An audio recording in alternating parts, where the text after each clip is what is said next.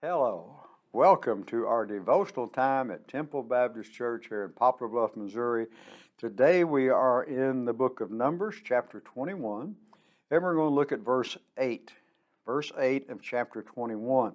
Then the Lord said unto Moses, Make a fiery serpent, and set it on a pole, and it shall be that everyone who is bitten, when he looks at it, shall live. Where does the healing hand of God end? Where does it end at? Does it end? You know, Christianity, we often pray for healing, don't we? And while seeking a physical solution, going to a doctor, stuff like that, we'll do that.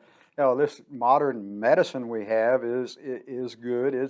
It's good for the mind and the body, and they brought about many marvels over the last few years.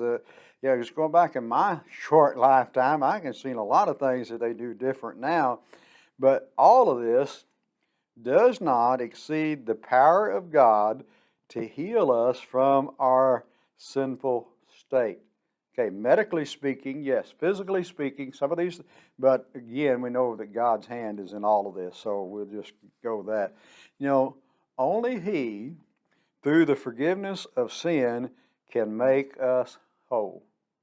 We know that, we believe that, or at least I do, and I think that, the children of Israel are discovering their sin of complaining has led to physical suffering and death.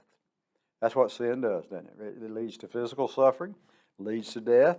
They recognized the sin was the cause of their suffering. They were suffering because they had sinned against God, done what He had told them not to, and they asked Moses to intercede to the Lord on their behalf. Apparently, they were learning that they can't fix things themselves.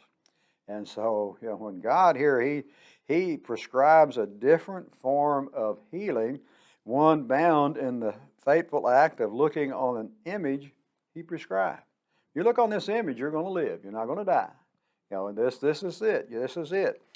And God's people have ailments today that may not be directly tied to their sin. It does not, just because you're sick, don't mean that you've done something wrong. And although the given evidence to the fallen world we inhabit, it's part of it. It's part of this world, this sin-cursed world that we live in. And, healing, as I said, physical healing can be found in the skill of a physician, but that physician has been given the ability to learn and to train by God. Don't you know? We don't want to forget that. This man alone has not done it.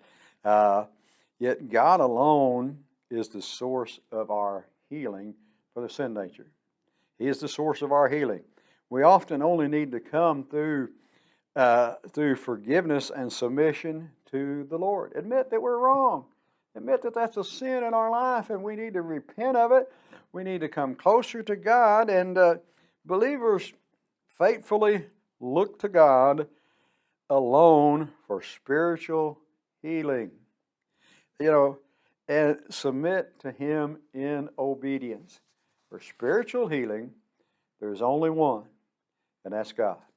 Now, again, I know physically that doctors can help. I'm not telling anybody don't go to the doctor. In fact, if I get ill, I go to a doctor because that's what they've trained for. But sinfully speaking, if I need help in that, I have to go to God.